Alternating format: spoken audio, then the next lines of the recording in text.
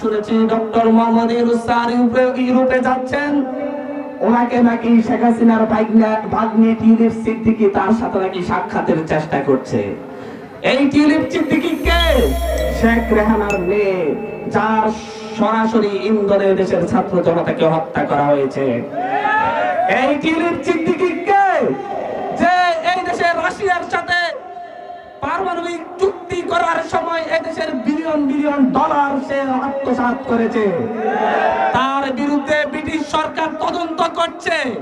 তার দুর্নীতির কারণে তাকে ব্রিটিশ সরকারের মন্ত্রী পরিষদ থেকে সরিয়ে দেওয়া হয়েছে।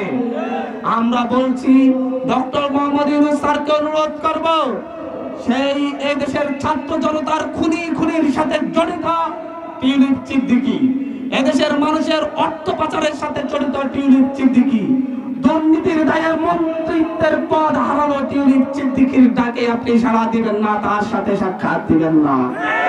আমরা মনে করি টিউলিপ সিদ্দিকীর সাথে সাক্ষাৎ দেওয়া মানে আমাদের 24-এর গণঅভ্যুত্থানের সাথে প্রতারণা করা। আমরা ডক্টর মোহাম্মদ ইউনূস স্যারের উপর ভরসা রাখি, আমরা আশা রাখি তার সাথে ডক্টর মোহাম্মদ ইউনূসের সাথে কোনো বৈঠক হবে না ইনশাআল্লাহ। ডক্টর মোহাম্মদ ইউনূস স্যারের হাত ধরে এদেশের উন্নয়ন হচ্ছে, দেশের মানুষ শান্তিতে আছে। আপনারা নির্বাচন করছেন, ডক্টর মোহাম্মদ ইউনূস স্যার নির্বাচনের ঘোষণা দিয়েছেন। এদেশে নির্বাচন হবে, তবে সেই নির্বাচন হতে হবে লেভেল প্লেইং ফিল্ডের হাত ধরে। লেভেল প্লেইং ফিল্ড নিশ্চিত হলেই এদেশে নির্বাচন হবে। এদেশের সকল ঘর থেকে অস্ত্র উদ্ধার হলেই নির্বাচন হবে।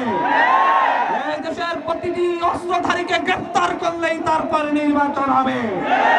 এই দেশের 14, 18, 24 ঘটানো সন্ত্রাসী এমপিদের সম্পদ বাজেয়াপ্ত করলেই তারপর নির্বাচন হবে।